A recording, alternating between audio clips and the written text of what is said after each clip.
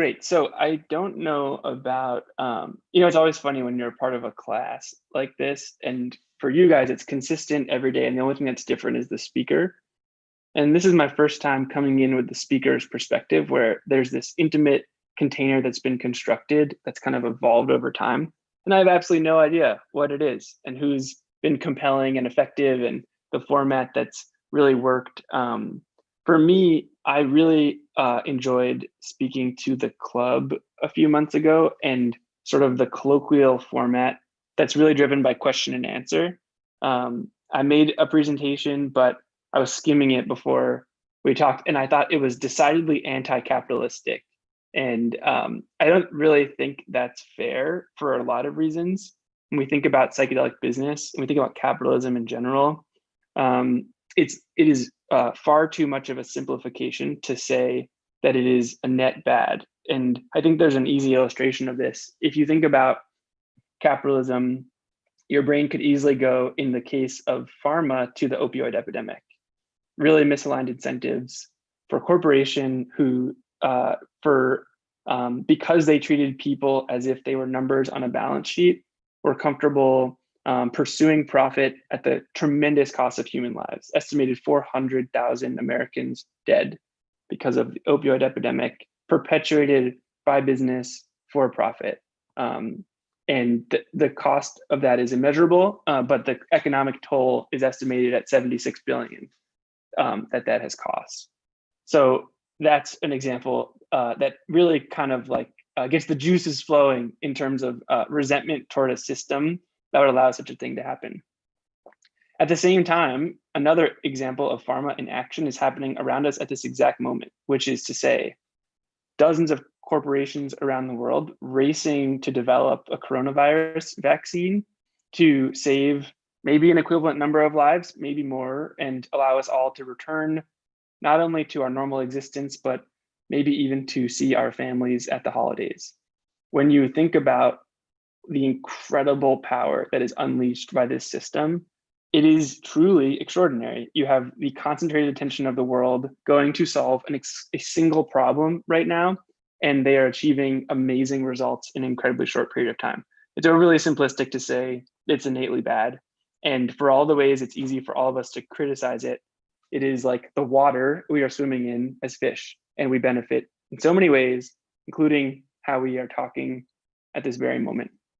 But that opioid example is absolutely infuriating to see companies create suffering for profit. And it is very easy to feel like it is a broken system producing exclusively negative externalities. So I find that in myself, and I certainly saw it reflected in the slides I put together, and it's not entirely fair.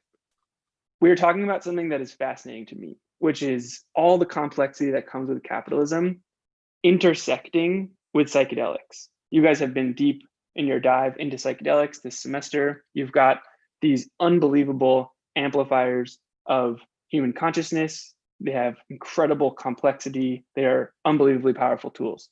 We are approaching a period where that medicine is held in a container fundamentally seeking profit above all else. Capitalism has never intersected with something like psychedelics. Just thinking exclusively about the suggestibility of a patient in psychedelic treatment and the profit motive is a profoundly uncomfortable thing to think about. Because if you are holding someone's consciousness in your hands, and at a fundamental level, what you want to do is make as much money off of them as possible, there's a very unequal level of power that's being applied in the service of that goal.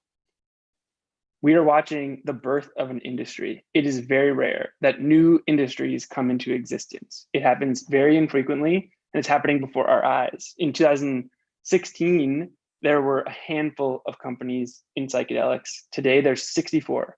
24 of them are listed on public markets already, which is just astounding. I mean, these companies almost across the board are potentially 6 years pre-revenue.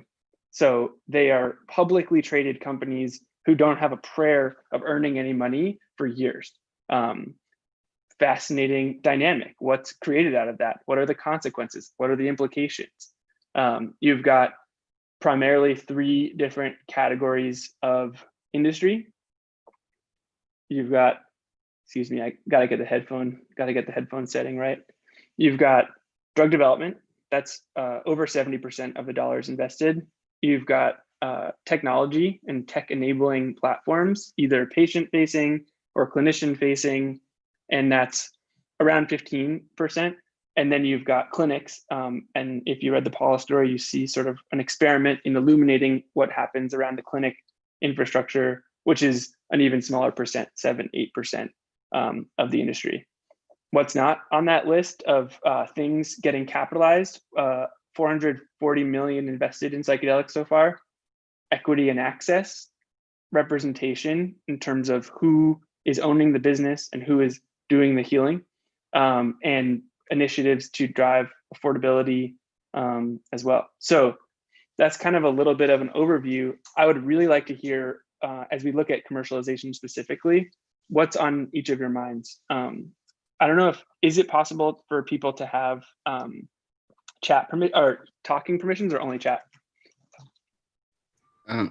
People can chat and talk. Yeah, they can. Okay. Usually what we do is they do the raise hand feature on Zoom if they want to talk, or if they want one of us to read off the questions, then put it in the chat. I would prefer human beings using human words. Maybe no raise hands. Just I want to hear. I want to write some things down. You guys have been in this for a long time. Like, your commercialization is where the rubber meets the road. Like, this is where it's becoming real today, different every day, growing incredibly quickly. What do you want to know when you think about that, and you think about psychedelics?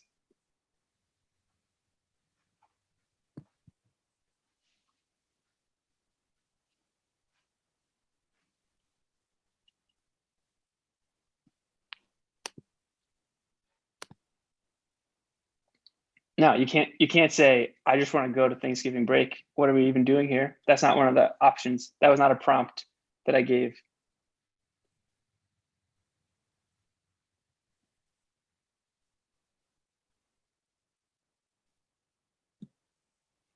Hey, Dave, can you hear me? Yes, thank you for being brave. Yeah, I just really wanted to know, I guess, like, how this new booming industry and capitalism kind of like can affect like the original intent and like what people are trying to get out of psychedelics. Also, we have 2 folks in the chat saying that their audio cut out while you were saying the prompt. Would you mind repeating it? Sure. I mean, it's actually quite broad.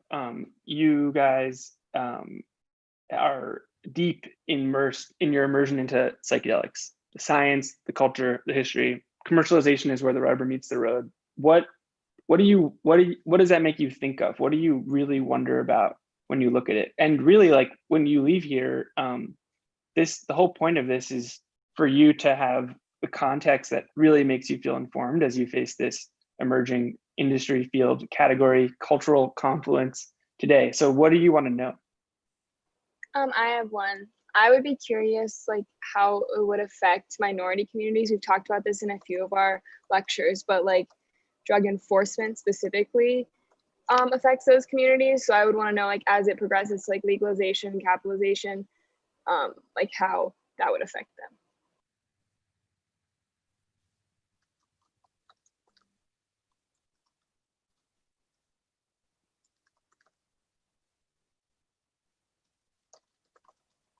I have also one thing I was wondering.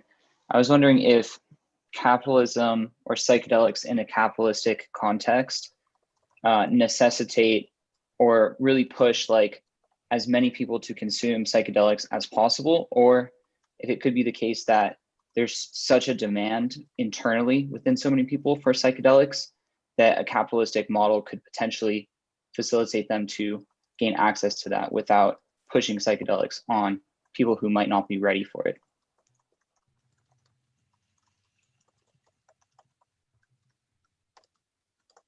Brave people, more brave people.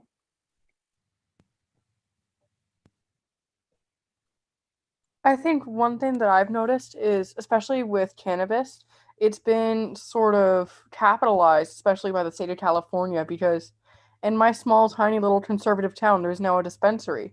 But the whole reason why there is a dispensary in the first place is because the government realized that at a certain point they couldn't stop people from smoking cannabis or using it recreationally, so they ended up legalizing it just so they could turn a profit. I'm wondering if maybe 10, 15, 20 years down the line is the same thing going to happen with psychedelics.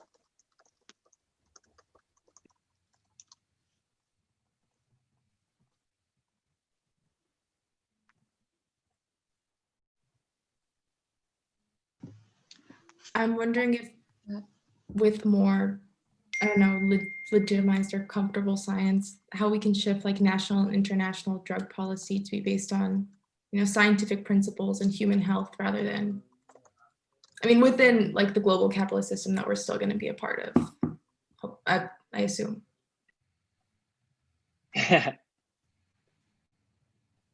Probably a safe assumption for now. Hey, sorry. I guess I have a couple of questions. One being, well, the indigenous plants that are used to make or do hold the psychedelic components in them, like 5-methoxy-DMT or like in the Bufalvarius frog even. How do we make sure, like with capitalism, that they won't start farming those kind of things too much and even destroying them in the process? And also, how do we make sure that the energy of the medicine stays clean and not tainted with consumerism, basically?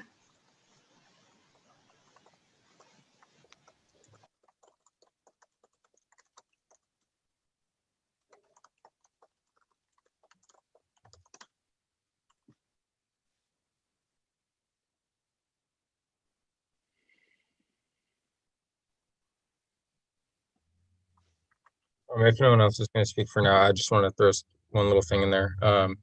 I worry about how like some of the shamans that come from these indigenous cultures and are raised in that culture, they're they're going to be there's going to be a much different kind of practice in terms of healing that they use, as opposed to somebody who's going to be motivated by money in like a Western society. And so, like, how would that play into the effects of healing in like guided kinds of treatment?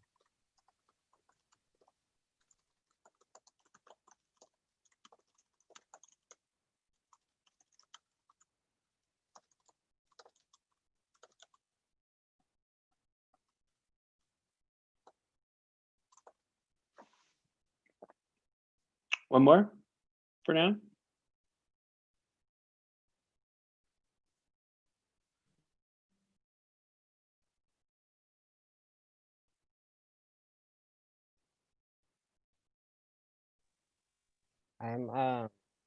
This is kind of a repeat of like the last two, but I'm just kind of wondering like if the experience of doing a psychedelic or like the whole everything about psychedelics is going to get watered down or cheapened somehow as like a result of it being commodified. And I don't know in a specific way, but I feel like that always tends to happen with like anything that enters capitalism.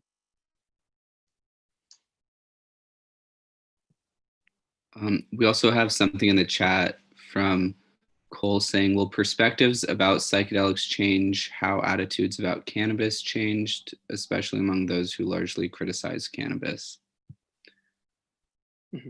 And another comment from Sarah, that's more of a hope than a question, that psychedelic assisted therapy becomes publicly available and part of standard insurance policies in America. Cool. Okay, I definitely intend to hit all those questions and also keep the dialogue open, because I would prefer to go back and forth as much as possible. Okay, there's definitely a theme in these questions about sort of preserving, let's just say, the sacredness in psychedelics as it intersects with capitalism.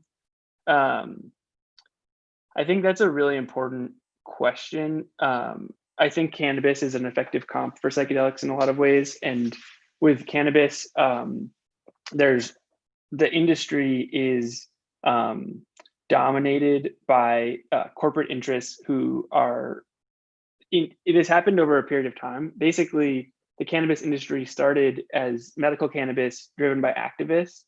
And those activists were purely trying to create responsible drug policy that wasn't incarcerating as many people and have the medical benefits of cannabis available to people who wanted that access. As the laws started to change and the economic opportunity attached to cannabis became apparent, companies came in run by people, many of whom had never had any experience with cannabis or had any interest in cannabis use themselves. So there was no culture of, the word that's really applicable here is reverence for cannabis specifically. It was a pure economic opportunity and a very, very big one. So when you see that happen, there is a race to the bottom that can happen. There's competitive effects at play in terms of the desire to concentrate power and to achieve scale as rapidly as you can. If you can definitely see how that's happened in cannabis with companies who have tremendous power, who are wielding it to influence laws to be shaped in their favor, to set conditions that allow them to promote the sale of as much cannabis to as many people as possible. Someone asked a question about the risks of having capitalist incentives push psychedelics on as many people as possible, not have them kind of seek the healing out of their own accord. Capitalism is driven by incentives. You've got it's incredibly likely that a company whose primary goal is to make profit will seek whatever effort, whatever direction they can to do that effectively. And so there's a very real risk. There's a very real risk of the sacredness, so to speak, being commodified out of psychedelics. And there's a lot of reasons for that, but ultimately incentives are a huge part of it. You see in the Paula story, this kind of phenomenon of shortening the treatment duration and shifting focus away from integration, because the actual patients on the bed is the place that the dollars get made when you look at the economics of a clinic.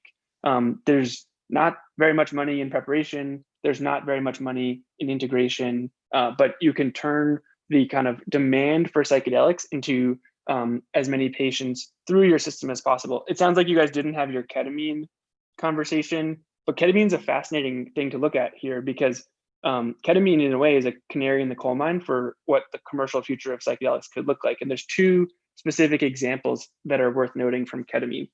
First, ketamine is an off-label, so it's a World Health Organization protected medicine. It's an anesthetic. It's used as a battlefield tranquilizer. It's used with kids. It's got all these different uses and is protected in its use by first the World Health Organization, but also by off-label prescription laws. So pharma's lobbied for a long time to have clinician discretion when prescribing medicines that go beyond what the label itself says. So ketamine might say on its label, this is an anesthetic at this dose range, and that's what its use is. At a different dose range, at a different mechanism of delivery, ketamine can have psychedelic properties and antidepressant properties as well. So ketamine is almost like the Wild West in terms of regulation, because this is exactly what the pharmaceutical industry wants: as little regulation as possible, as much leniency and flexibility, as many ways to prescribe the medicine without having to take it through FDA for each individual indication. Well, what happens in ketamine is that anesthesiologists can prescribe ketamine, and so can psychiatrists, psychiatric nurses, and usually with an adjunct of having therapists and heavy psychotherapy support. So just think about the two paths here. One is you do ketamine as a psychedelic treatment with a classic psychotherapy support. So you meet the patient, you understand kind of to the best extent you can the root cause of their depression. You have a conversation with them, you help set their intention and do preparation work. You have the sessions, and then you integrate them, ideally applying the lessons to the patient's life in a classic therapeutic format. At the same time, and there are literally hundreds of clinics doing it this other way today, anesthesiologists who don't have any mental health training and don't really have an attention typically to set and setting, let alone preparation and integration, have the ability to prescribe ketamine as an off-label for treatment-resistant depression, and tend to do so in very sterile environments, typically like the classic kind of hospital chair in the white fluorescent lit room, and to provide it as a treatment for depression, but without providing adjunctive mental health care whatsoever. And it's a huge economic opportunity, because what we see in psychedelics is the cultural cachet, and you see this in every story that goes viral. You see it in the success of Michael Pollan's book. You see it in how quickly companies are going public pre-revenue, is that the demand for psychedelic treatment and the cultural awareness is significantly outpacing the clinical infrastructure. So as a result, you've got anesthesiologists leveraging the demand to prescribe ketamine. There's several different dose ranges for ketamine, but at the psychedelic dose, prescribing it at the psychedelic dose without providing adjunctive mental health support, because it is a very good economic opportunity. There's some complex incentives at play in that, but that's a kind of good example, on the one hand, of something you might see in psychedelics. It's not enough to count on individual goodwill, because at a system level, enough people are going to be driven by the economic opportunity that they will drive in that direction. There'll be competition on price and other variables as well. Another example with ketamine, have you guys talked about Spravato in your class at all? No, we haven't. Oh my God. Spravato is an awesome example. It's not an awesome situation, but it's a really compelling story. So basically in 2005, there was a paper that came out, and it said something like ketamine can be a very effective antidepressant, or ketamine has very effective antidepressant properties when administered in these dose ranges. And almost no one read that paper, probably because it had a terrible title like that. But some people did, and they were pretty much everyone in big pharma. And they were like, oh my God, we look and see declining mental health outcomes across every single, almost every single mental health criteria and medicine available. You see SSRIs less effective every year than they were when they first came out. We know that they're desperate for new breakthrough solutions in mental health, and ketamine was linked to that. So almost every major pharma investigated ketamine and said, is this actually effective at treating depression? And if so, can we put it into our system to deploy it to the world? I'll tell you what happened, and if I don't tell you what could have happened, remind me to tell you that.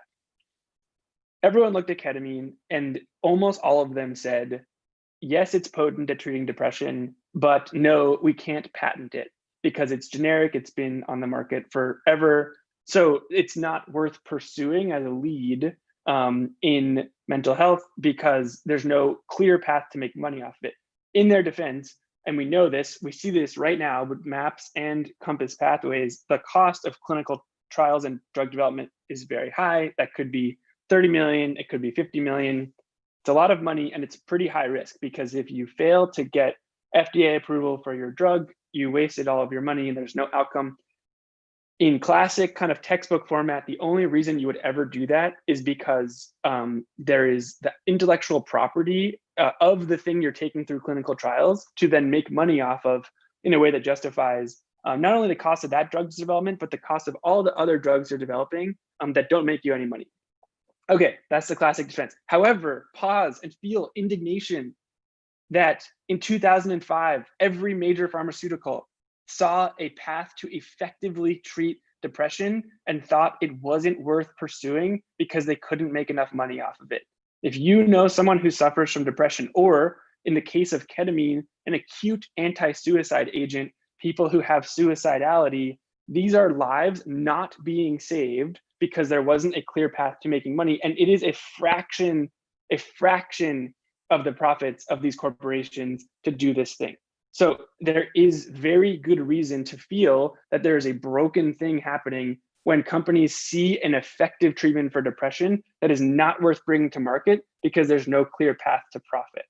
Flash forward, Every company abandoned ketamine for that exact reason, except for one, Janssen, pharmaceutical subsidiary of Johnson & Johnson. My grandfather worked at Johnson & Johnson, and Johnson & Johnson is a famous company because on its wall of its corporate HQ are the principles that drive Johnson & Johnson's decision-making and action. And that is to put customers above shareholders. It's a famous thing to have values that say, if you're facing a Tylenol recall that's going to cost you $95 million, you do it even if it hurts your bottom line because it's right for your customers. Well, Janssen, my grandfather used to always talk about Johnson & Johnson as an example of business as a force for good. Janssen Pharmaceutical pursued a way to patent ketamine. And the way you have to do that is you need to create something that is considered novel and different, change the mechanism of delivery. And so what they did is they took ketamine, which happens to have essentially a left-handed and right-handed molecule that does the same thing, but they're just like, they curve a different way. And they filtered for all the right-handed ones, S-ketamine. And they then took the filtered ketamine, again, it's exactly the same, but it's only the ones that curve one way.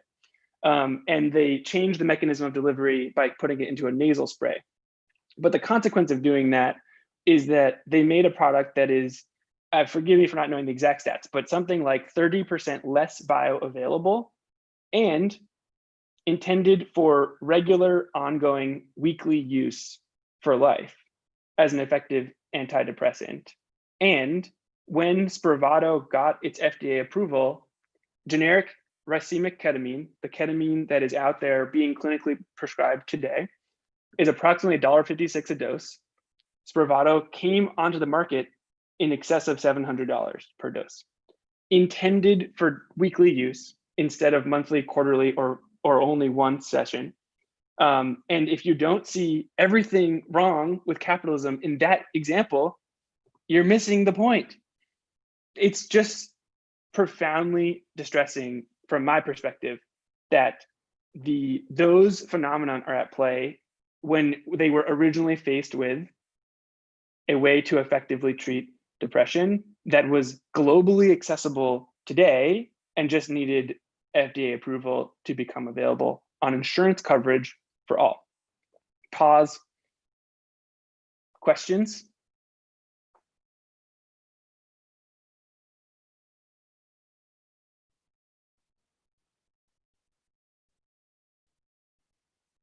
I'm kind of wondering, was ketamine like, you said that it had a role as like a battlefield anesthetic and other medical uses before all of this. Was it also kind of a fixture in sort of like psychedelic healing spaces before this? Like, was there the same sort of like value system entity behind ketamine as there seems to be behind other classic psychedelics?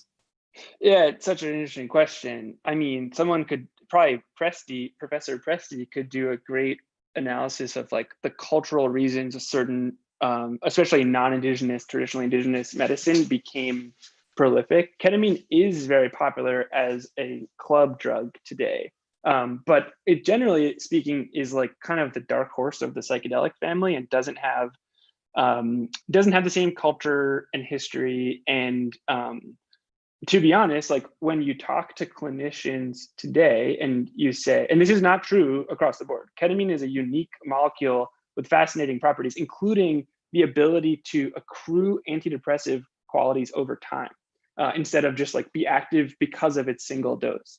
Like the dose being high enough in individuals does help decrease the depressive symptoms over time. So it's a really interesting drug. But it is definitely not classically considered to be within the psychedelics. And many clinicians, if you said, you're doing ketamine today, would you do ketamine if you could do psilocybin? And most will say, no, I will do psilocybin preferentially. But that's definitely not true. It's definitely not true for all. I mean, it is a really interesting substance. And like all of these substances, needs a lot more research. Why is there not as much research? It's the exact same dynamic, right? Like if you can't patent it, on a classic pharma business model, it's not worth it. I feel differently, by the way. Like, I actually think Johnson & Johnson taking ketamine through clinical trials for $30 million and delivering it to the world without making money would have been very profitable for them, because they would be the greatest company on earth. And that matters, right? Like, if you're a holding company, they're not the pharmaceutical, and they are bringing drugs to help people because it is the right thing to do. It changes the way you perceive the company in a really foundational way. Maybe that's good business. Like, I want to believe there are companies out there who will lose money in the short term to make the world a better place because it's the right thing to do. And I will buy their Band-Aids over anybody else's Band-Aids for the rest of my life because they did that. So that's just my own take on it. Does that answer your question? Yeah, thank you. Any other Spravato or ketamine questions?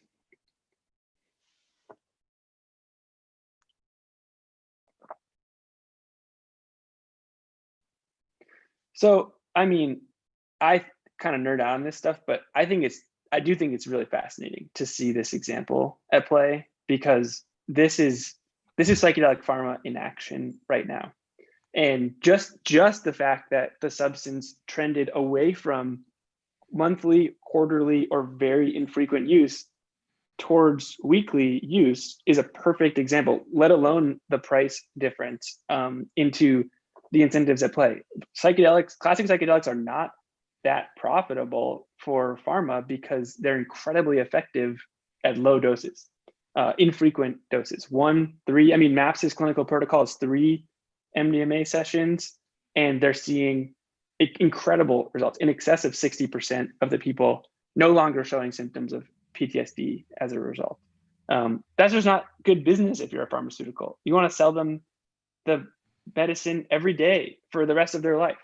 So it is really interesting to see capitalism, unmitigated capitalism, intersect with psychedelics in this way, and the incentives that are at play on it at the same time. It's a natural transition. Like, when you look at the field today, like I said, there's 3 buckets primarily of where dollars are going. There's drug development, there's tech, and there's clinics themselves. Drug development is getting in excess of 70%, maybe closer to 80. It's a little hard to have exact numbers. Most of these are private companies. We're doing our best to have a good calculus on it. Close to 80% of the dollars are going to drug development. And now, I'm not going to offend any of the chemists on here. Like, the human capacity for ingenuity and innovation is extraordinary, and this frontier of mental health is fascinating. And by 2025, we're going to have ketamine, psilocybin, and MDMA clinically prescribable and rescheduled by the FDA, which means we have an incredibly large toolkit, arguably the full toolkit necessary to administer psychedelic healing, but we don't have the infrastructure. We don't have the way to interface it with the broader mental health and healthcare systems. And we certainly don't have the right way to make it affordable, especially for the most systemically disenfranchised and systemically traumatized populations, which have by far the least representation on the entrepreneur front and on the clinician front as well. So it's not that capitalism is not incredibly adept at solving problems. It's just that it often solves the wrong ones. And so at this moment in time, when you look at the urgency of the need today, what is needed is not new drug development where 80% of the dollars are going. What's needed is the infrastructure to scale psychedelic medicine now. Okay, pause. Boop. Questions?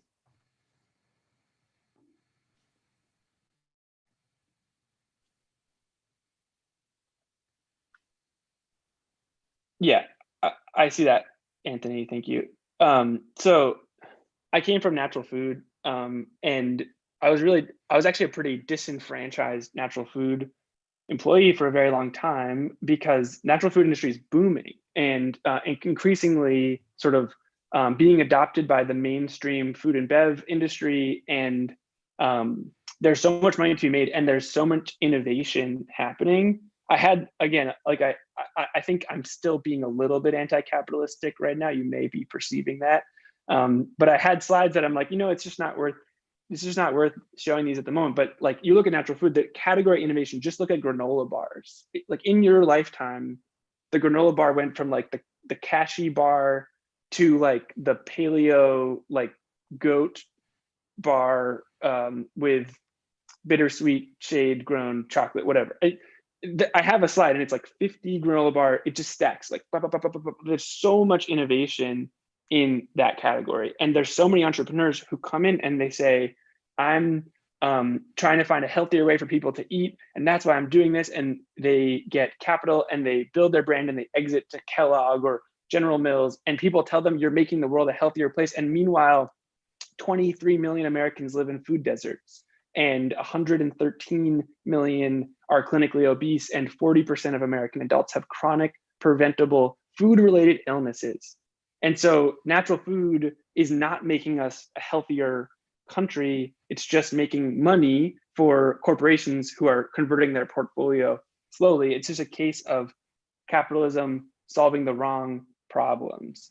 And it's not that it is innately bad. Money is not good or evil. It's just a fiction we all believe in, which allows us to broker trust in between each other. But the incentives are misaligned. So I personally get nervous about psychedelics when they intersect with capitalism, because when you have companies who are going public, who have the fiduciary responsibility to investors to show a growth in profits every year, because the only reason you buy a stock is so you can sell it later on and it's worth more.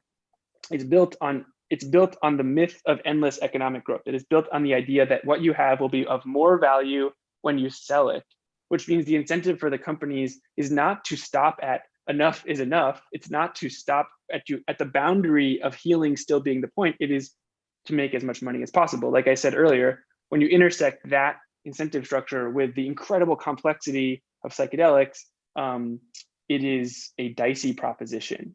And there are times when unmitigated capitalism, which means rapid growth and mandate for scale, power concentration, and an exit or IPO event.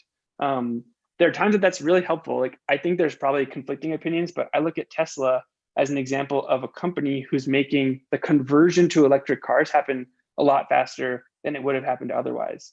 But when you start applying that to the treatment of consciousness and you take this idea of move fast and break things and you apply it to holding someone's consciousness, what are you breaking? It's not at all hard to imagine that companies cut corners either in terms of their screening processes to get more patients in the door, or the actual quality of their care, or just fundamentally and most basically the process of integration and ideally anchoring the psychedelic experience in community, that is not profitable enough to carry forward, and you see it get compromised over time.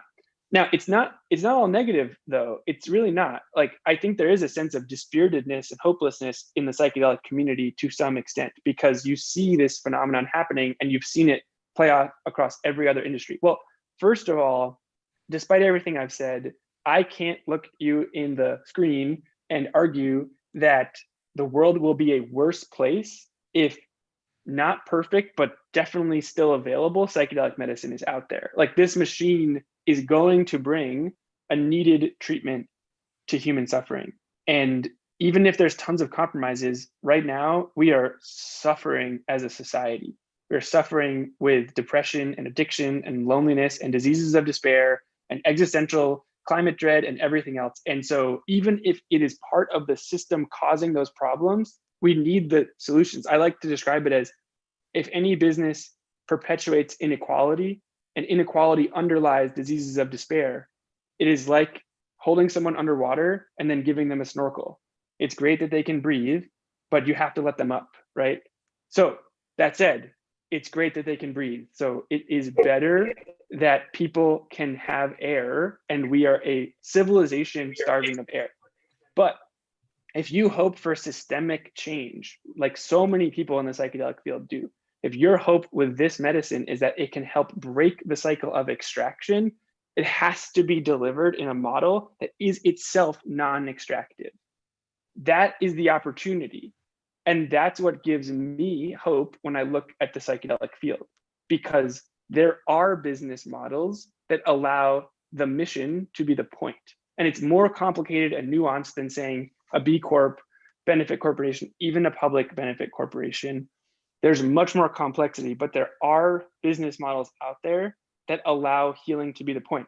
At a fundamental level, it goes down to financial structure. If your business is structured with uncapped investor returns based on an exit event, jargon, what I mean is if you put money into a company because that company will sell or become public and you'll get a huge return event, you're going to be perpetuating this dynamic. If you invest instead, if the structure of the financing of these companies is one of the innovative structures that are becoming more and more compelling and available in industries like regenerative ag, then you have a chance to do something really different. An easy example, capped returns. Investors, right now you've got venture capital where if the company's not achieving a steep enough growth curve, even if they're successful, you have to abandon them because you have a short period of time to show that the company could become a unicorn, be $1 billion business. And because so many of your investments fail, you have to see this one succeed, which means if they're not achieving scale rapidly, they're going to get abandoned. Well, plenty of those are good companies, right? So the reality is you have opportunity to fund businesses that don't have the same mandate for scale, where instead of saying this needs to get me 100x my initial investment, you say this needs to get 5x. I want to get 5 times my input money back. Well, I don't know about you, but I would not be disappointed with 5 times my initial money back, especially because when that money is exchanged, either in a single event or more likely out of a percentage of the profits that the company is accruing, then ownership stays not just with the shareholder, but shifts to the stakeholder. So there are economic models out there that allow the owners of the company to include, for example, in the case of psychedelics, not just the company entrepreneurs, but the clinicians themselves.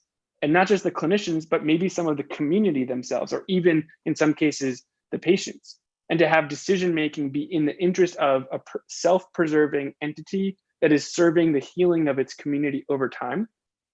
And maybe it's profitable, but it is not taking those profits and deploying them to concentrated interests elsewhere, right? It is not extracting from community to give returns to a small number of shareholders. This is a little bit abstract, so I'll pause here, but I just want to emphasize that psychedelics on non-traditional and non-extractive business models provide us a way to show what a business looks like that truly amplifies its mission. And in its mission, in the case of psychedelics, that is human healing. That is that the financial model enables the business to focus on human healing, circulating wealth in community, and not taking it out instead. And that if you can deploy psychedelic on that model, you have a chance to look patients in the eye and say, this business exists to give you healing, not to take money away from you, and be transparent about it. Because you're dealing with like equivalent of brain surgery, the treatment of consciousness, it is entirely predicated on trust. If I don't trust that you have my interests at the bottom line, I'm not going to put my consciousness in your hands. So these business models have the chance to say, we exist to amplify human healing, and that is embedded in our structure. And it looks like this. And here's how the dollars flow, and they stay in this community. They don't go to some investors very far away. And therefore, you can trust us to focus on healing you better, which means the company has a competitive advantage over the ones that don't do that. Pause. Boop. Really quick, I just want to say I think he touched on a really interesting point on some of the benefits of capitalism that may not exist in some of the other economic systems. But there's this like point of inflection that is been circled back to a bunch of times in a lot of conversations I have about capitalism, where there's like you said, when there's some sort of growth rate or intention to create a company with that growth rate, and then just to for the means of extracting profits. I think it's just interesting how like these benefits that are inherent in capitalism kind of change once you reach this inflection point, but there are benefits that we can leverage right now. I mean, capitalism is so undefined. It's so amorphous. Like capitalism is not the same as publicly traded companies. It's not the same as the NASDAQ stock exchanges. It's not the same as venture capital. It's deploying it is just the belief that humans will in general act in their own self-interest, and if that self-interest can align in the service of the human healing, then it's going to be much more effective. So I don't think it's fair to look at capitalism innately and say it has to be the same as the way public markets behave or venture capital explicitly. I've talked to investors about this. There's room, like I said, there's this abandoning point where companies that aren't achieving a certain scale get left behind. They stop having access to capital. But that's actually it's really unhealthy, because those are the companies you really want to see succeed. You want companies on a stable growth rate, providing a ton of value to people who don't have the same mandate for scale. So there's room for non-venture capital, a different word, like a little less adventurous capital, to serve those companies that are meant to become really effective, long-lasting companies. Perfect example, one of our donors is Dr. Bronner's. They are a great company. I'm not just saying this because they donate to us. They are a role model company because Dr. Bronner's essentially exists as a manufacturer of soap in service of being a funder of charitable causes, specifically political campaigns. They give 45% of their net profits to causes, and almost all of that is funding campaigns like the initiative, what was it, IP 110, the Oregon psilocybin initiative, so many of the decrim initiatives, they are giving 45% of the profits, and they have dynamic structures in place, like no employee can have more than 5 times the pay of the lowest paid employee. And the owners take no dividends, and all the dollars in the company are either going towards employee benefits, product innovation, or redeploying in the service of supporting causes. In 2020, they'll give $16 million to causes. In 2021, they expect it to be 19 million. That is a great company. That is a great company that is working constantly to be a better company along the way. And just imagine, before you fix capitalism, before you change systems, imagine if every company acted like that.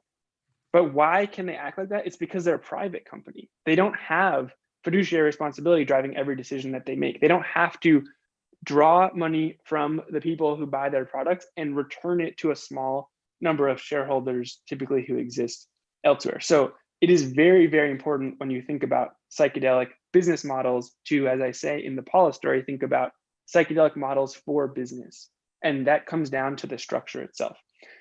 I'm not going to pretend it's the sexiest stuff in the world, people. We're talking about economic and legal structures, but they really, really matter, because the energetic tool of money being applied to this project is critical. The philanthropy, the total philanthropy giving is $433 billion a year. Government spending is 4.1 trillion. For-profit sector, $70 trillion. The fraction of it that is philanthropy is impossible to see when you chart them together. It's just not visible. It's 0.07% comparatively. And so that's what you're dealing with. If you like, the great example, there's a phenomenal book I recommend called Sacred Economics. And they talk about this crazy thing called money and the enchanting property it has. It is amorphous, it is abstract, it is the root of evil, it enables good, it is just paper. It's not even paper anymore. It's just bits in a computer. And when the Fed wants to print money, they just add a 0 to a bank account, and then they circulate it out, and it works, right? But when the money is gone, and they talk about the recession, and there's all of these factories across all the world, and they're just asleep, and nothing is happening. And then the money, the magical invisible thing, comes back, and they get reanimated and come back to life. It's just this crazy phenomenon, and you have to find a structure to hold it that lets it amplify the good. And these are some structures we're interfacing with today.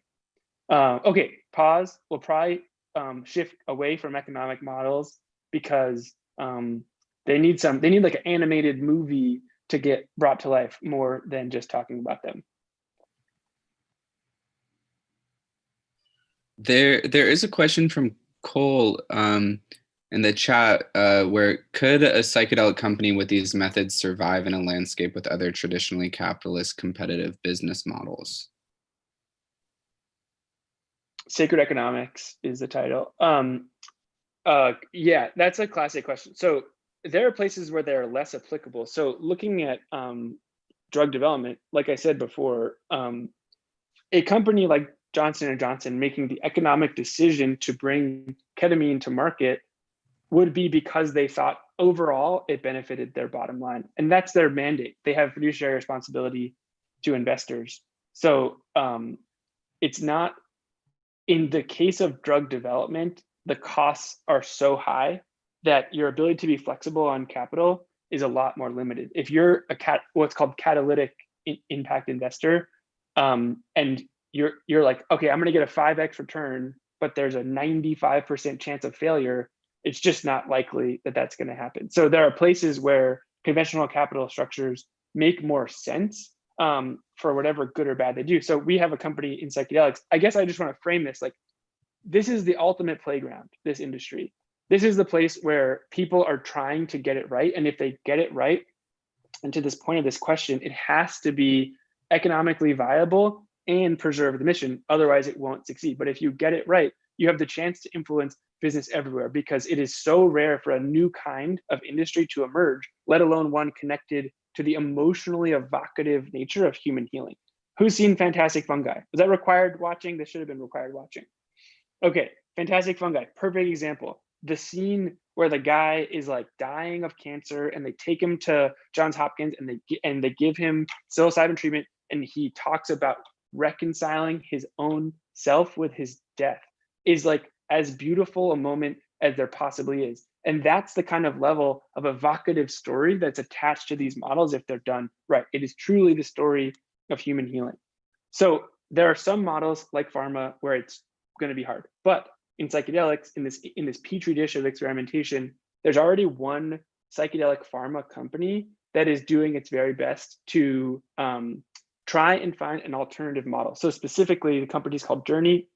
They are trying to take mescaline through clinical trials to get approval for addiction. I don't remember the indication exactly.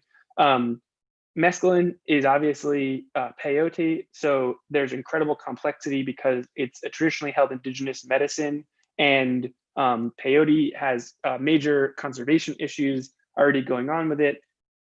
Journey is committing 35% of the ownership shares to indigenous groups traditionally holding peyote as their sacrament, and has an advisory council of Native American church members helping inform their decision-making and ensure they're doing it in alignment with the values at play. It's no guarantee that they're going to succeed, but that is a hell of a lot better than anybody else doing drug development in psychedelics by a long shot. So to see that kind of innovation experimented with, where they'll bring their stakeholders with them as they become successful, is compelling. But in terms of the question of can these models exist competitively in other places, I definitely think they can. And the simplest reason is that trust factor. Are you going to put your consciousness in the hands, and just think about clinics, because that's the place where most patients are going to interact with psychedelic healing. If the company can say to you, we exist on this financial structure, we recirculate capital in this way, everything you do, you can trust from us because of these measures that we take, the likelihood of patients choosing that one, especially considering that this is going to be practitioners who look like them, who are culturally competent, who come from community and are small business owners, and can be transparent about the way they use capital, there's a scenario where that is way more likely to be appealing to patients than the one that says maybe they have some extremely glossy marketing, but they can't disclose that information because the reality is their incentive is to take as much as possible and return it to investors who probably live in New York City or San Francisco. So anyway, I do think there's a chance here that you really could positively impact business, and it definitely takes creativity. And there are no examples of other industries effectively going in this direction. So it takes a little bit of stubborn optimism to believe, but at a fundamental level, it just, on a logic basis, if you can broker more trust, you should have an extreme competitive advantage. What we are working on specifically at North Star is getting the funding lined up where people commit to bringing these structures to life because they can preserve the healing and amplify the healing. And if you find the way to do that and can channel that for-profit capital to serving this end, you're going to be in a much more advantaged position. I also want to name that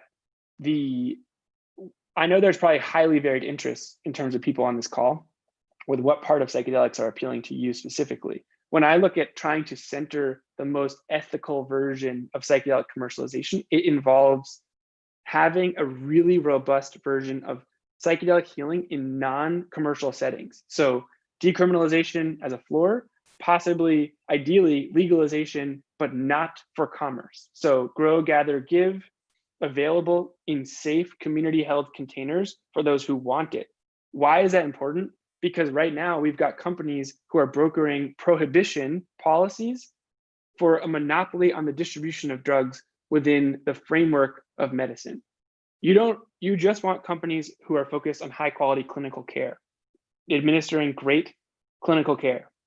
You don't want companies who are saying, this is the only access point, we're gonna have a monopoly on the access point, and we're gonna profit as much as possible. So if you have a robust version of psychedelic healing held by communities available outside of commerce entirely, then there's a forcing function, because that is cheaper, believe me, free is cheaper than anything these companies can charge. That is a forcing function to focus on high quality clinical care for those with clinical indications.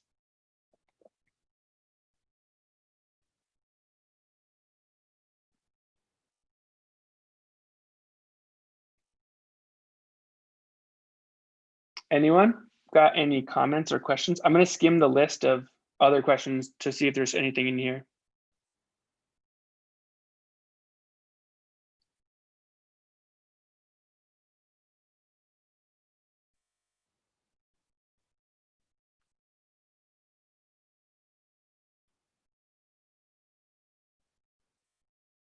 I think we covered a fair number of the bases of those questions.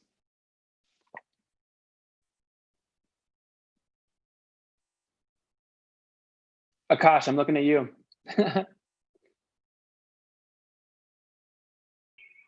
Yeah, I guess kind of just following on your last point, would you then recommend as the focal point of like decriminalization / legislation not to be kind of like how therapeutically beneficial they are, because that kind of puts you in like this medicinal container as you're talking about, but rather focus more on like, I guess, how do you avoid going into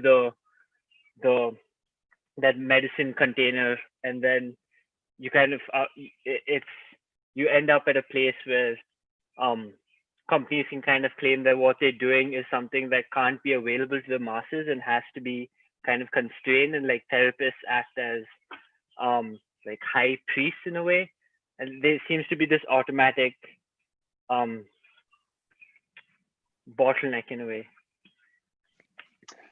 Well, you reminded me of something, which is that I was talking to a venture capitalist the other day, and that person was talking about how they had profound meaning. Almost everyone in the psychedelic field has had profound, meaningful personal experience with psychedelics.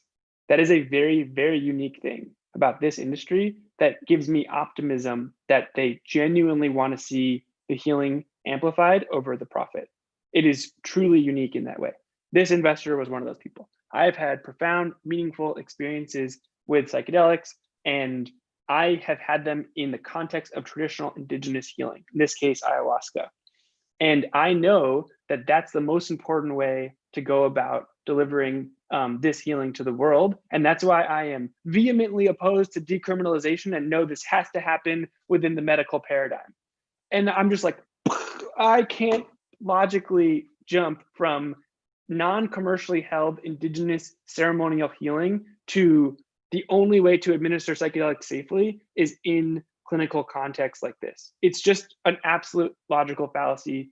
Psychedelics have a multi-millennia history of being extraordinary healing tools delivered outside of the context of medicine. However, for people with clinical diagnoses, you have extreme psychological complexity and want professionals to hold the healing that those people go through. But for many people on the planet, They do not need to have medical psychedelic access be the only way that they approach and receive this healing. And in that situation, you want ideally non-commercial psychedelic healing. Remove the profit motive so that the perverse incentives are not a part of it, and you focus on high quality, safe, community held psychedelic healing for those without clinical diagnoses and a robust safety plan and protocol for the case where something may go wrong. And if you can achieve that landscape, and right now Decrim comes closest because it does not greenlight a recreational, so to speak, market for psychedelics, and you have the grow, gather, give paradigm with very high quality education and community health healing, there's a chance for people without clinical indications to have meaningful psychedelic experience, and even more importantly, to build community in the process.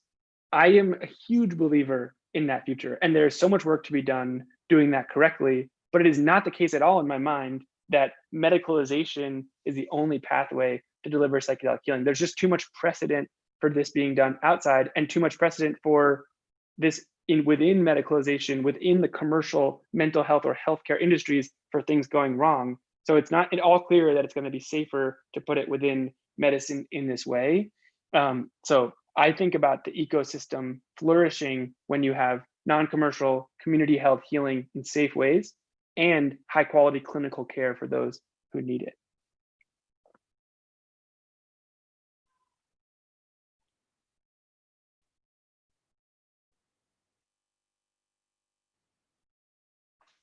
How we doing? How we doing, people? There's a lot of information. There's a lot of information. I really hope it's helpful. Yeah, it's both of those. A lot to take in, and also really helpful. I mean, I'm curious. I don't want to take away time and attention from the students, but I'm curious because 2025 is what you said, the probable date for ketamine, MDMA, and psilocybin to all be like legally, clinically available. That's very soon. And yeah, that's approximate. But that would be psilocybin being the MDMA is very likely to be sooner than that, and ketamine's already here. Right. So with all of this happening very quickly, like what's the prognosis? Does it seem like psychedelic business, I mean, from your perspective, does it seem like psychedelic business is on a similar path as like cannabis or Spravato or whatever, or does it seem like there are a lot of well-intentioned folks in it, or is it still at a kind of inflection point where it could go either way? There are a lot of well-intentioned folks. I have talked to almost every funded entrepreneur in the space, and when we published the Paula story, the number one demographic who reached out was entrepreneurs who said, I see myself in the protagonist. I don't want to repeat the mistakes. I don't want to contribute my life energy to building a world like that. What do I do? And at the time, this was in fall of 19, we didn't really have clear answers for them. But what was clear was that intention, that spirit, right? These profoundly impacted people who, like so many, have had meaningful experiences with psychedelics, maybe life-saving or life-changing, who want to use the tool of business to bring that healing to the world. That intent being there gives me a lot of hope. However, what hasn't been there is the funding sources and economic models that enable them to make good on that promise. So what has happened is almost every entrepreneur has taken on conventional funding. And I personally am very skeptical that venture mandates for scale and an exit or IPO can preserve the healing intention of a company. I've seen it happen too many times. In natural food, the easiest example is companies who start with that kind of healthy, better for you nutrition bar, and you look 5 years later and every SKU looks like a candy bar because it sold more, so they doubled down. And before you know it, they went from making granola to Snickers with an organic label on it. That's just the dilution effect. You just go in that system to where the dollars are. I don't think this is lost. I do think it's an inflection point. I don't think there's infinite time, but it is so early in this industry right now. And in these early days, there is truly an opportunity to take the intention people have to see this done in a better way, to preserve the healing, to make good the psychedelic experiences that they have had and what that has meant in their life in the way these businesses are formed. And because of that, I truly believe if you are able to line up the capital that is open to funding models that preserve healing, and we are working on that every day right now, that you have a possibility of having businesses structure to amplify the healing, not to maximize the profit. And when they do that at an energetic level, they are in individual alignment, they feel better, and they are delivering more healing. And that will have a magnetic effect that will draw everyone who truly cares about seeing a world made more just and more whole by psychedelic healing together into an ecosystem that delivers that healing in such a way that it inspires a change across the psychedelic industry and, damn it, maybe across business as a whole.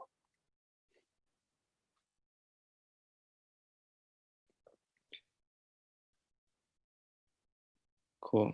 Thank you. That as a kind of follow-up to that, what, like, how and why should we as students care about this? You know, it's like business, industry, legalization, venture capital, all of these things are, I mean, at least for me, feel very, very distant and something that I don't have any kind of connection to other than to just point at and be like, this is bad. So what I'm wondering is, for like going back to the whole 2025 date, like theoretically that is when everybody in the Zoom call is going to be graduated and done with college and entering the workforce and thinking about career stuff and all of that. What can we do? Why should we care? How does this relate to us?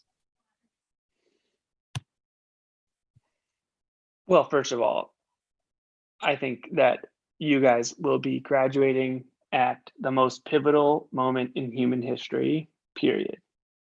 And I know you know that, right? Because you live in a place, or you go to school in a place that every summer seems to catch on fire and stay filled with smoke, and a time when the existential threat of climate change looms nearer than it ever has. And the gravity of this moment is not lost on any of you. That is not the case. The life that when people graduated from college who are running these corporations today, they had the entire world ahead of them, and climate change wasn't even an idea on the radar. And so there was a luxury back then for a certain kind of delusional thinking that said a world can extract in perpetuity, and sustainability doesn't matter, and the economy can grow endlessly, and the population can too.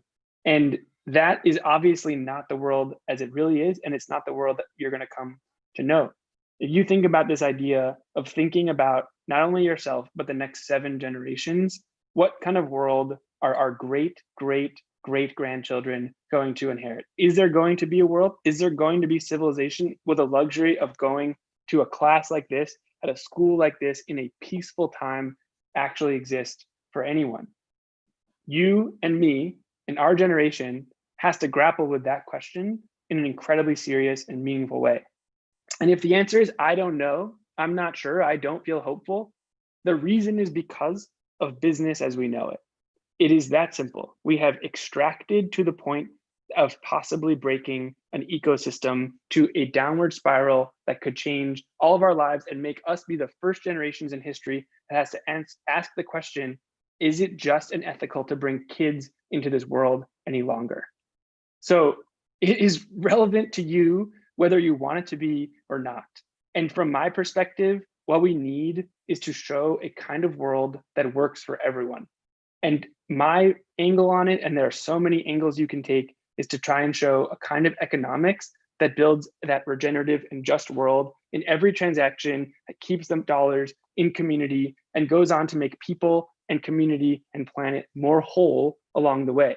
There may be more powerful levers, there may not be, I don't know. But when I look at why it is breaking, I think that that's the place you have to go if you're going to hope to fix it as well.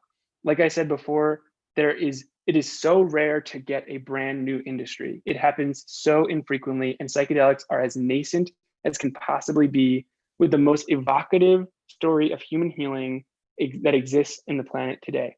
And if you get it right, you're not telling the story of a strange and complicated legal and economic structure. You're telling the story of that person who was terminally ill and suffering with crippling anxiety, and who can breathe and who can love everyone who they love for their last moments on earth. And that is the story, if any story exists, that will bring us together and give us the inspiration to go solve the challenges that we face in front of us. So you and me and everyone who we care about who is our age does not have the luxury to not care about this, but we do have the unique opportunity to do something profoundly different that at a fundamental level could change it. Thank you. I want to specifically ask Cole and Julieta if they have any questions that they would like to add, because you two signed up for questions for this week.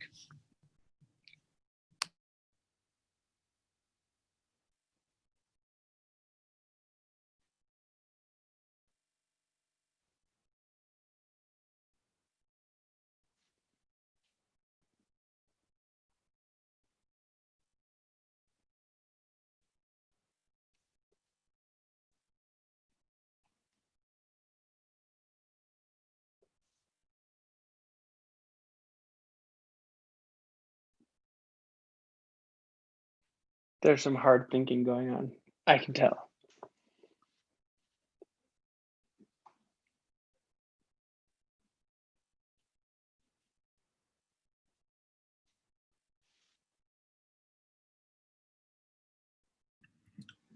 Could I ask a question? Yeah. Okay. Is that cool, Dylan? Or should we wait for Cole Julieta? Of course, of course. Okay. I was wondering where the balance lies in terms of granting more like liberal rights, right? So like more rights versus controlling the output of psychedelics. In a sense, like where is the balance of like letting people do what they want with psychedelics and, you know, nudging it along a course that doesn't repeat the mistakes of the past?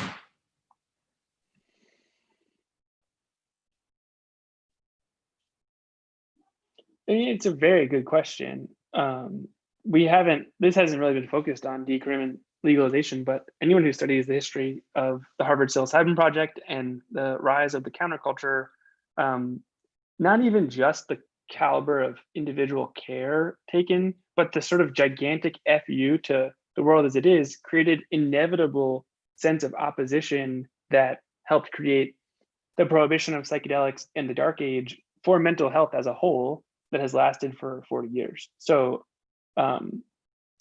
it is a sensitive thing to consider that decrim and legalization and medicalization each provide a pathway towards some unethical action that harms people and could potentially reset the entire paradigm around access for everyone. So what is the balancing act on that? Man, it's so hard to say. Business has clear perverse incentives. The underground has clear perverse incentives. The current state of prohibition has clear perverse incentives. I mean, even the sort of like classic college anecdote where like those schools that have the harshest policies around drinking have the kids who pound vodka in the bathroom and get the most sick as a result. It is very hard to answer that question. So I'll, in a way, bypass it by saying, when I think about non-medical access to psychedelics, education is so critical. Even on the commercial side, my fear is that companies driven by their own interests are going to be the vessel to which the world learns about psychedelics, and they are going to language what they share in terms of their own economic interests along the way. This is why the center at Berkeley is so important. You want unbiased information exclusively trying to give the best decision-making power to individuals as possible. You want very high quality clinical care, and you want a community container of well-educated and safe practice with emergency protocol should anything go wrong. And across each of those different avenues, medicalization, legalization, and decriminalization, there's a lot of hard work to be done to actually bring that to life. So I just recommend playing out the incentives, like how is this likely to unfold? Where are the true risks and what actions can be taken, especially on an education front, risk mitigation, and harm reduction front to do the best as you can.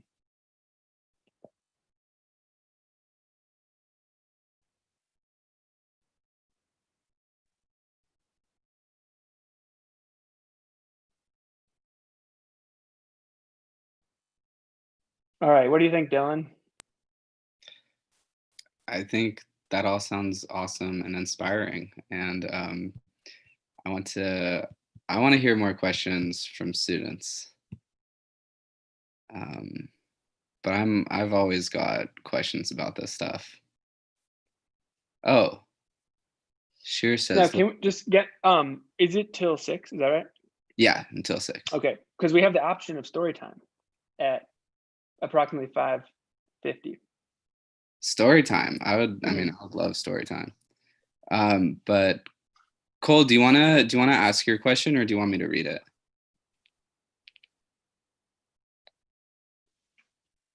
Okay, I think the typing means North Star. Yeah, that's okay. awesome. Yeah, I would love to. I should, considering that I wear the executive director hat, I should have done this ages ago. In fact, I should have been sneaking it in the whole time so that you have a subconscious bias to support our nonprofit as much as possible.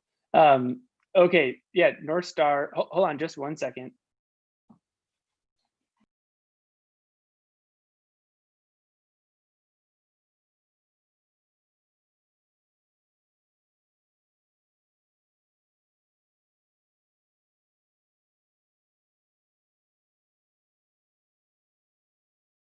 Okay, I'm gonna be relocating in a moment because I'm sitting in the kitchen, and it's getting on towards time to start cooking dinner.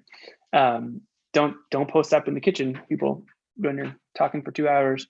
North Star came into existence pretty much right after we published We'll Call It Paula, and basically there were, and you'll see this, it's prolific today. The psychedelic movement is comprised of people overwhelmingly who see psychedelics as a tool to build a better world. It's really that simple. They've had profound, meaningful experiences and know that this sort of catalyst to help shake people up, to kind of scramble that default mode network, to put a fresh layer of snow and let you see the world new, and build connection and build empathy and feel closer to nature and to human beings, that something about that has the power to help create a better world. And almost everyone in that early stage felt that, and this was right in the wake of Compass filing its first IP, its first patents on method of synthesis for psilocybin, that the commercialization was going to tilt the field away from that magic and towards the pure pursuit of profit. All the same dynamics are clearly still at play today. We struggled with how to effectively, if you're facing that problem, how to effectively go about solving it. The first kind of line of our thinking was in regard to standard setting. So think like organic or fair trade or one of these certifying seals that allows you to indicate to consumers that there's something better here. However, and we talked to the folks at B Corp, B Labs, and many of the other sort of certifying bodies, and what you hear is that these initiatives end up becoming profoundly incremental over time. The business interests, as they are, adopt change language. They call it greenwashing in the environmental movement. In psychedelics, it's called tie-dyeing, for the record. But the same phenomenon is true. Change language, but not change. Or at best, incrementalism. And in these times, it does not serve us to focus on small incremental shifts. At least that's how it felt to us. So though we looked seriously at the direction of standard setting, we started to realize and this comes back to a Buckminster Fuller quote. If you don't know much about Buckminster Fuller, I strongly recommend it. The quote is, "You never change things by fighting the existing reality. To change something, build a new model that makes the existing model obsolete." We talked about this earlier with psychedelic business. The model that allows healing to be the point, not profit, has an outrageous competitive advantage in theory over the model that cannot be transparent about that thing. You have a chance with transformational psychedelic business to make the psychedelic businesses forming today, extracting, coming on conventional terms, to become irrelevant and even obsolete. And so we said, how can we possibly work to serve the creation of that ecosystem? It starts with getting the commitments from funders who say, I'm open to putting dollars in on these non-extractive terms. And then then you go on to show what those solutions could look like in psychedelics, and show, gather together the ecosystem of people who are committed to building those businesses. And like I said before, if you do that all correctly, you have the chance to truly tilt the energetic direction of the industry at large. So the highest leverage action on that is gathering what I would describe as catalytic capital, all the funders willing to put dollars in on these different structures. And that's where North Star is living today. But the near-term output is going to be ideally the public disclosure of a large commitment of catalytic dollars to fund alternative models in psychedelics, the showcasing of those models, and then cohorts helping entrepreneurs build them, and then working with the anchoring community, psychedelic elders, and business to help see those models succeed. Ideally, out of this comes a different side of the industry, which is having more fun, making a bigger impact, and acting in individual alignment. And North Star exists to serve the creation of that part of the industry, thinking we can rebalance the scales and even tilt the energy towards that becoming self-fulfilling and growing over time. I'm gonna pause for a split second as I transition locations. Maybe if you want to snag any questions or comments, I'll be here. Yeah, I just want to read Cole's question in the chat that we as a class have been presented with this knowledge of psychedelics and are part of the population that Bennett Zellner calls the dissatisfied awakened. What and how large role do we play in enacting change to shift toward the ideals and future you've talked about? I think we're looking for some youth empowerment.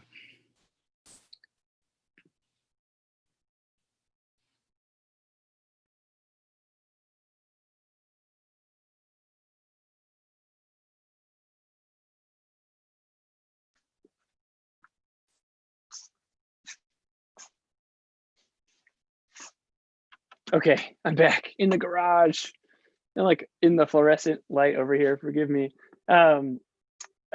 Okay, so first of all, shout out to Bennett Zellner for a lot of reasons, but one is that there's so many examples of how things go wrong, and there's so few examples of what it looks like when they go right.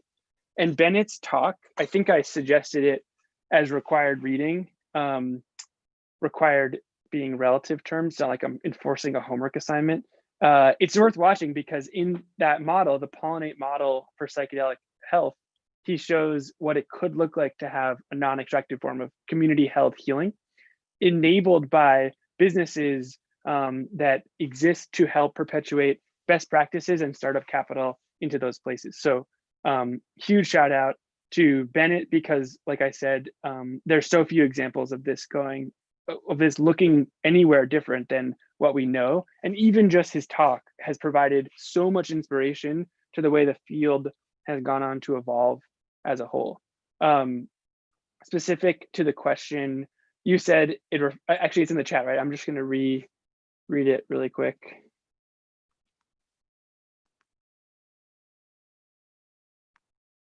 Can you say it in? I can't find it. I'm gonna shift away from this incredibly bright and blinding light. Yeah, I mean, the overall question is what and how large a role do we as students play in enacting change towards shifting towards the ideals and future that you've talked about? I talked about this when I talked to the club, but that role is as large as you want it to be. And I think you don't need to look any further than Greta Thunberg to see an example of a young person who is creating so much transformation in the world. Like, she's an inspiration to people who are 80, who are 90 years old, because she's out there saying the world needs to be better because we don't have much time. I think students have a tremendous amount of power. I had the privilege when I was in college of going on a program that traveled from southeastern Washington to Mexico and back up, and did environmental studies. So we met with people. Psychedelic classes was not a thing at the time, so forgive me, but the luxury of having class talking about psychedelics did not then exist. We traveled around the Southwest specifically and met with people on every side of every environmental issue. And so an easy example is like, you have endangered species listing for wolves, but cattle are getting killed by wolves who've been reintroduced, and there's extreme political tension between ranchers and wolf ecologists. And then there's also ecotourism for people coming to see or hear the wolves, and the county commissioner. And we would gather the people on different sides of issues, and we would say, we are students. Please help us understand what's going on here. Please help us appreciate the dynamics at play. The privilege of being young and being a student is that that question can open any door to you. I am here to learn. Please tell me more. And I know when I was a student, I did not do that enough. I did not take advantage of the fact that, I mean, just looking at your alumni base, it's literally millions of people have gone to your school. You can go and say, I'm trying to understand X. I'm trying to be the best version of Y. I just don't understand how this solution isn't being deployed. Who should I talk to?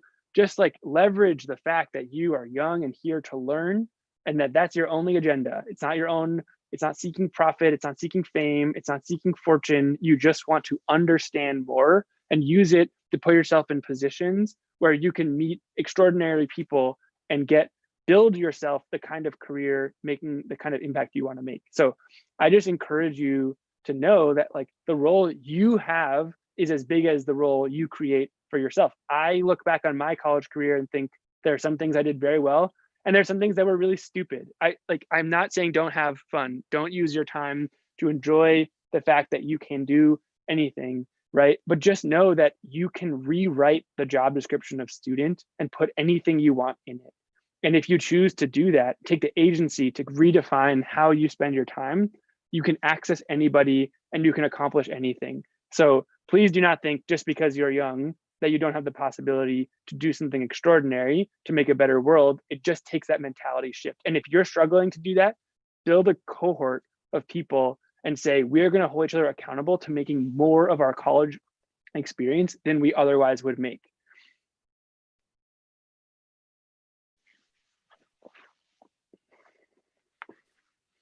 And then if you're lucky someday, you could sit in a garage under a fluorescent light and talk to your computer screen as it gets dark outside.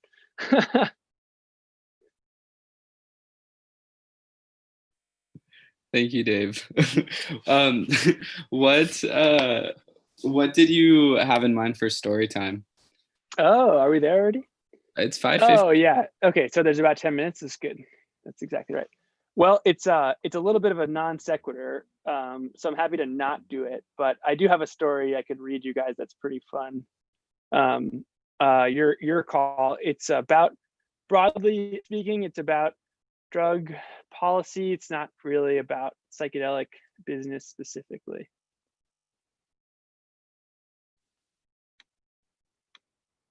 Maybe let's I mean, I'm fine with it. If anybody has any more questions, I really want to encourage you to ask.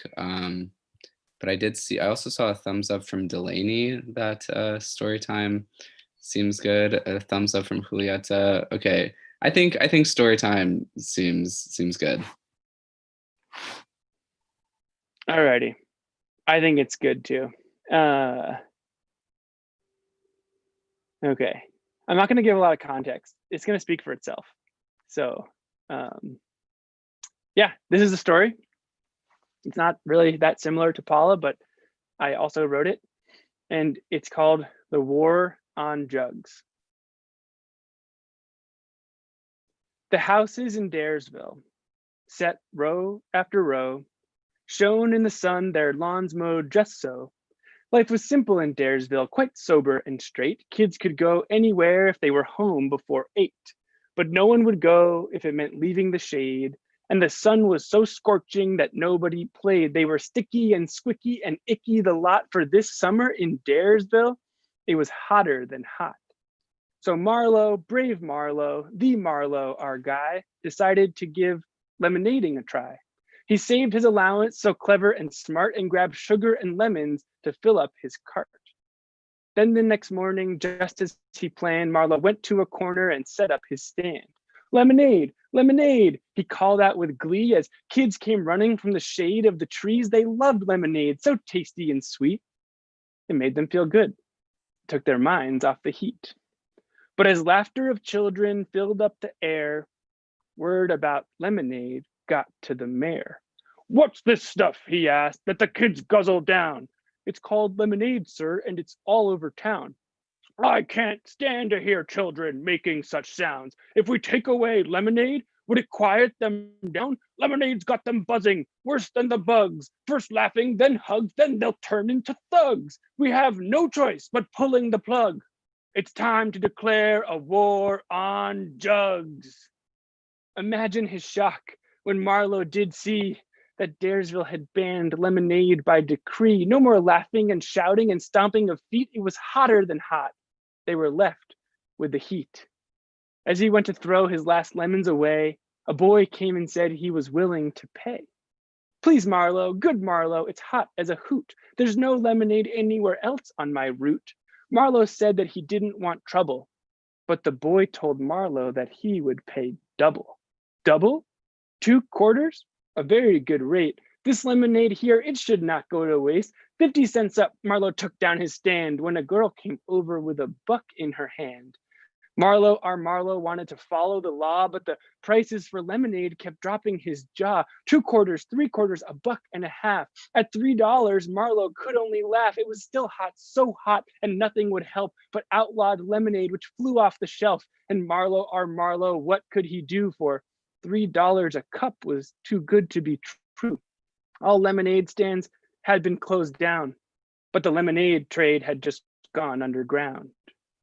Word got around that lemonade still sloshed through the town. So with a frown, the mayor went to shut the thing down. "This'll stop all their hawing and hemming. I'll make it illegal to sell sugar or lemons." Once again, all the prices went up.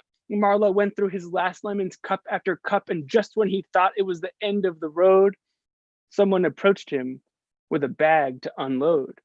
"I'm Grego the Guggler. I got lemons to deal. I bike 'em from another town on my big wheel. Across the border, the lemon trade hasn't been stuffed. So I bike to those towns and I buy 'em all up. These lemons aren't cheap, but they're just what you need. And sugar as well if you'll just sign the deed." With lemonade still flowing, the mayor drew a line. "Daresville's infested with grubby and grime. We can't have these brutes selling their slime. It's time to crack down on organized lime. We'll get 'em with timeouts, detention, and fees. Daresville will give the peelers the squeeze. If you're caught with lemonade, just one single cup, we'll put you in study hall and lock you right up. No mercy, no weakness, no niceness, no please. We're tough on lime, bringing crime to its knees." Crossing guards stopped kids biking with bags and busted some gugglers for all that they had. The problem was lemons were bulky and big, so Lemis made powders and concentrated. 3 drops of this liquid, 2 scoops of that stuff. Suddenly lemonading had got pretty tough. The makers and drinkers, they didn't know what. Lemons, drops, powders? If so, how much? One cup was like lemon juice, the next was too sweet, the next one was perfect but stained everyone's teeth. Lemonade was already not without risk. Cavities, brain freeze, a heart racing quick, but since lemobition, nobody knew how much sugar or lemon was in their brew, but it was hotter than hot. It was all they could do, so cup after cup the kids would go through. With brain freeze and headaches, still the kids drank until they'd smashed up their piggies and emptied the bank. Everyone was a peeler. Everyone wanted jugs. Any lemonade they could find to slurp in great glugs. Well, Marlowe felt things were just going fine when a bully walked over and said, "This corner's mine." The boy had come with a gang of his friends, and Marlowe thought it had come to the end. So he grabbed all his cash and he ran far away, and he thought to himself, "Soon they will pay." Marlowe rounded his posse from the local saloon, and they armed to the teeth with water balloons. It was war, war, such a battle to see, until one of the bullies scraped up his knee. Marlowe hadn't meant for someone to get hurt, but those other kids had been on his turf. In the lemonade trade, you were all on your own. The corner you claimed was as good as your home. It was illegal. You couldn't tell a teacher instead. You could bribe them or scare them. It was silver or lead. Soon there were balloon fights all over town, big balloon battles where some kids nearly drowned. Buy your lemonade quick and guzzle it down. And when the balloons start flying, make sure you're not around. The slurping and sipping still filled up the air, and the state of the lemonade trade made it back to the mayor. "The problem is our crossing guards can't do enough harm. They need super soakers, hoses, heavier arms. Lemonade's destroying Daresville. It's such a big risk. I've made a new plan called Slop and Whisk. If you think someone's a peeler, slam them into the wall and check all their pockets for any lemons at all, or syrups or powders or lemony things. And if you're not sure, grab them and bring them straight in. We'll greet them and check them for rhymes and pick up a slice of organized lime." The demand for lemonade had not dropped a drop, and the pay was too good for Marlowe to stop, so he ordered ingredients to replenish his stocks from gugglers with lemon powder stuffed in their socks, who snuck in the shadows block after block from the lab of a lemist who had chicken pox. A bad batch. It quickly mixed into the supply. Soon kids all over Daresville were itching their eyes. A worst case result, and not even close, for the children of Daresville had over fructosed. The mayor saw his chance, and with all of his zest, he stood on a soapbox and pounded his chest. "We got 'em," he roared. "The peelers are bested," and every kid with chicken pox was promptly arrested. Since lemonade could be made with mint berries or tea, the mayor had them all banned by decree. And since kids loved that lemonade was so cold, he shut down every store where ice had been sold. He doubled the budget to put crossing guards on the street and tore down the playgrounds where the peelers would meet. Since after-school programming was a drag on his funds, he canceled that too and bought more water guns. The summer in Daresville, it was hotter than hot. The children were sticky and squicky and icky the lot. It was hot in the heat and they were sluggish as slugs, so they'd steal from their parents and pay for their jugs. There was lemonade everywhere, but no sugar or fruit, and a cavity crisis the dentist said was acute.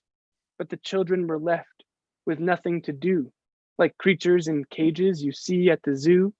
So the kids of Daresville huddled in the shade, feeling sad about life, drinking warm lemonade. With all the wheeling and dealing and peeling to do, Marlowe hadn't had time to think it all through. Suddenly, life in Daresville was a mess. They had lemonade, but they'd lost all their zest. The mayor was a mean man, so bitter and tart. He canceled nap time and got rid of art. Then Marlowe had an idea, and he jumped from the bench. He would face the big stinky mayor with all of his stench. The mayor thought when Marlowe came in, "This boy's come to thank me for protecting him. My pleasure, my boy. I'm happy to help."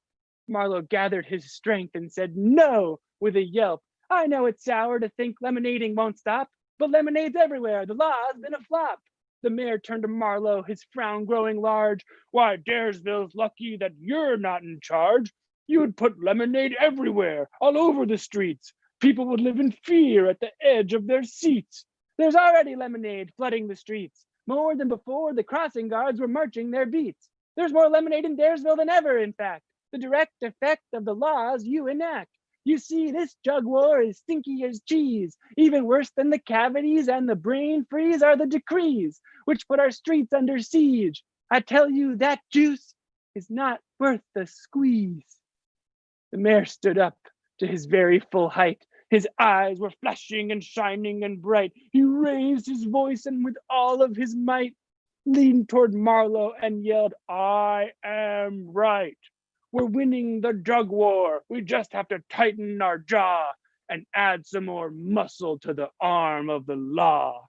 It's bullies and crooks that are controlling the trade. The kids just want lemonade. They're all getting played. The stuff that they're drinking would not meet the grade. If life gives you lemons, the government should come to your aid. No taxes, no license, no safety, no fees. Drug dealing's ruining our communities. It's a sticky situation.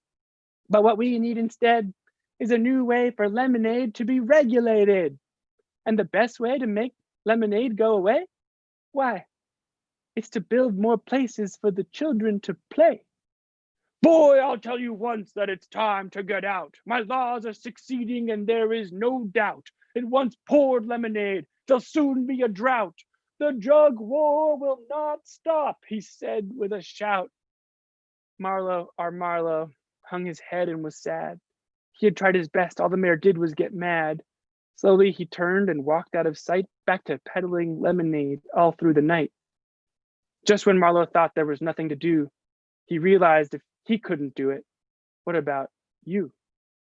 Daresville's spread everywhere, all over the earth, and along the way it's caused so much hurt. We're just barely holding on and it's such a steep slope, but there's something to grab if we reach and we grope. So Marlowe, our Marlowe, his eyes filled with hope.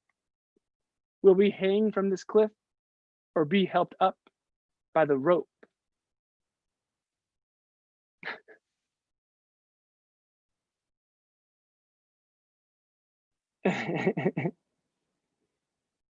Okay, thank you. Thank you for indulging me. That was great, Dave.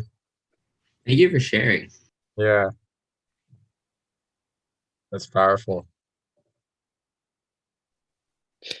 Well, thank you. Thank you so much for coming in. Thank you for that story. Thank you for all the psychedelic and capitalism content. It's 6:03, so thank you everybody for staying past time. But Dave, if you have any last words for us, take it away.